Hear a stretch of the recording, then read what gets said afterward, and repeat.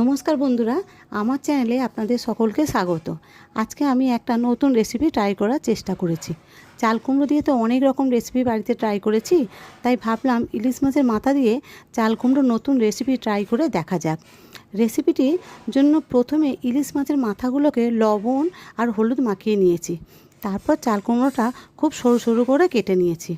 এরপর কড়াইতে জল আর অল্প লবণ দিয়ে চাল কুমড়োটা ভাপিয়ে নিয়েছি। তারপর কড়াইতে সর্ষের তেল দিয়ে মাছের মুড়োগুলো খুব ভালো করে ভেজে নিয়েছি। তারপর ওই তেলে গোটা জিরে, তেজপাতা, কয়েকটা কাঁচা লঙ্কা দিয়ে সেদ্ধ করে চাল কুমড়োটাকে দিয়ে দেব। তারপর তাতে আদা বাটা, জিরে গুঁড়ো, স্বাদ মতো লবণ, চিনি, হলুদ গুঁড়ো দিয়ে বেশ কিছুক্ষণ নাড়াচাড়া করতে হবে।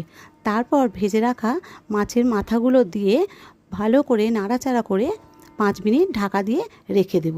তাহলেই তৈরি হয়ে যাবে আজকের সুস্বাদু রেসিপি ইলিশ মাছের মাথা দিয়ে চাল কুমড়ো। বাড়িতে অবশ্যই আপনারা ট্রাই করবেন। আর ভিডিওটা যদি ভালো লেগে থাকে তাহলে লাইক ও সাবস্ক্রাইব করবেন। ধন্যবাদ।